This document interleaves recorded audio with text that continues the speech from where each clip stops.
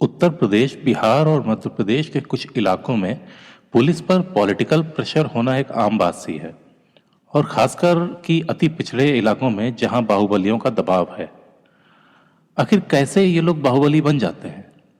ऐसी कौन सी वजह होती है जिसके चलते ये किसी से भी नहीं डरते? कहीं कहीं तो पुलिस वाले भी इनसे डरते हैं, और जहां नहीं डरते वहां इन पर ट्रांसफर की तलवार लटकती रहती है। आखिर क्या हल है इस माहौल से निजात पाने का? शायद पॉलिटिकल सिस्टम की सफाई, क्योंकि ये वो लोग होते हैं जो आपके ही वोट पाने के बाद आपके सामने ही तांडव करते हैं। आखिर कब हमारी कानून और राजनीतिक व्यवस्था इतनी मजबूत होगी कि ये लोग कोई भी वारदात करने की सोचे भी ना?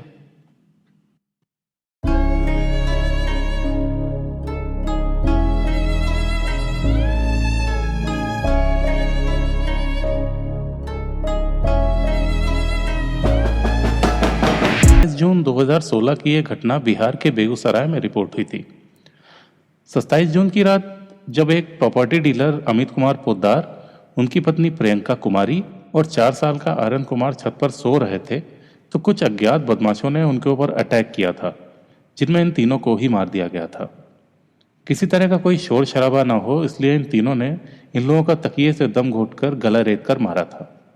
ये माना जा रहा था कि हमलावर अमित कुमार ने आए थे, मगर जब उनको लगा कि उनकी पत्नी और बेटी हंगामा कर सकते हैं, तो उन्होंने इन दोनों को भी मार दिया।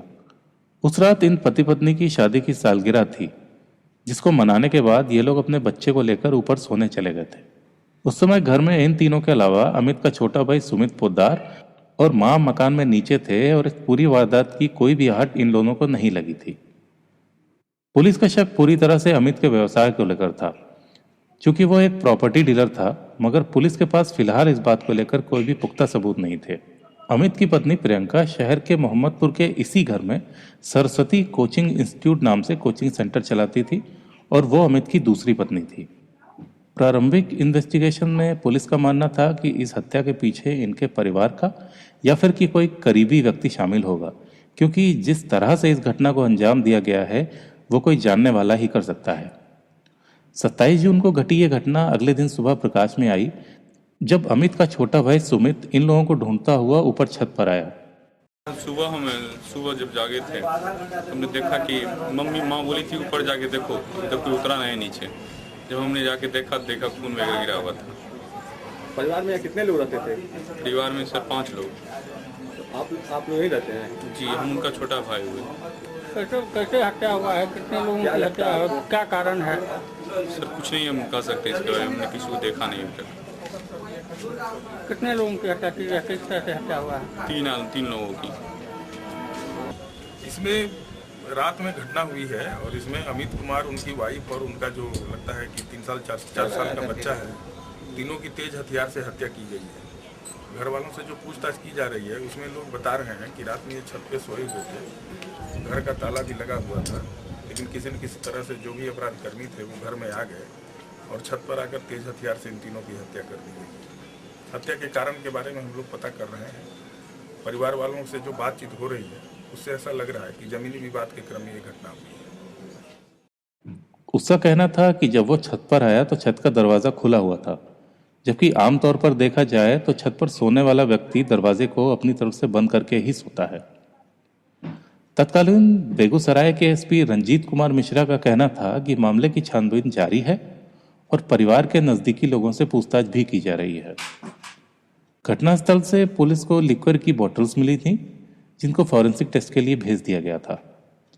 क्राइम स्पॉट पर क्राइम को रिक्रिएट करके देखा गया तो ये माना जा रहा था कि हमलावर आसानी से दीवार के सहारे छत पर चढ़कर आ गए होंगे। एसपी का यह भी कहना था कि 2 और प्रॉपर्टी डीलर पप्पू सिंह और गोपाल मंडल शक के घेरे में हैं, जिनके बारे में अमित के परिवार ने रिपोर्ट किया था। पप्पू सिंह से पूछताछ चल रही थी, जबकि मंडल गायब था और उसे ढूंढा जा रहा था। इस केस का पूरा खुलासा होने में करीब 1.5 साल से ज्यादा का समय लगा, और इसके पीछे मुख्य वजह थी पुलिस पर पड़ने वाला दबाव। इन्वेस्टिगेशन में पुलिस के सामने 2 बड़े नाम आए थे। ये नाम थे इलाके के 2 बाहुबली राजू झा और मुरारी सिंह। पुलिस के पास इस बात का कोई भी पुख्ता सबूत नहीं था कि ये दोनों वारदात के समय उस समय घटनास्थल पर थे या नहीं। इन दोनों ने खुद को मामले से अलग रखने की पुरजोर तैयारी की थी। गलत मेडिकल रिपोर्ट से लेकर अलबाए यानी कि झूठे गवाह तैयार किए गए थे। तत्कालीन डीएसपी ने आखिरकार इन दोनों को निर्दोष करार दे दिया था और मामला ठंडे बस्ते में चला गया था। करीब 1.5 साल तक इस मामले पर कोई भी कार्यवाही नहीं हुई थी और परिवार के जो भी कातिल थे वो खुले घूमते रहे। अमित के भाई सुमित ने कई बार पुलिस के पास गुहार लगाई मगर कुछ भी नहीं हो पाया। कहते हैं समय बलवान होता है। हादसे के 1.5 साल बीतने के बाद नवंबर 2017 में डीआईजी विकास वैभव को बेगूसराय की कमान सौंपने के लिए भेजा गया। छोटे भाई सुमित ने इस बार विकास वैभव के सामने इंसाफ की गुहार लगाई और केस को रीओपन करने का आग्रह किया। विकास वैभव ने एसपी आदित्य कुमार को केस की पुनः जांच का आदेश दिया और डीआईजी की कमांड को तत्काल प्रभाव में लेते हुए एसपी आदित्य ने वारदात से जुड़े सभी आरोपियों की गिरफ्तारी के आदेश दे दिए। ताबड़तोड़ छापों और सीलिंग के चलते आखिरकार ये लोग पुलिस के हाथ लग गए। 12 नवंबर 2017 की रात ये लोग पचवाड़ा थाना क्षेत्र के मोहनिया ढाला के पास BR 9M 8785 नंबर की एक स्कॉर्पियो में व्हीकल चेकिंग के दौरान पकड़े गए।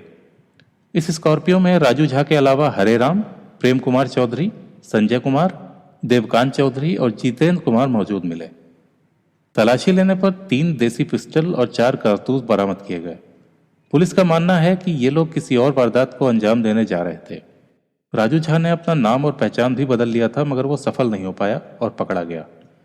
इसमें से हरे राम पर मर्डर का आरोप है जबकि प्रेम कुमार पर लूट, डकैती और आर्म्स एक्ट के कई केसेस हैं।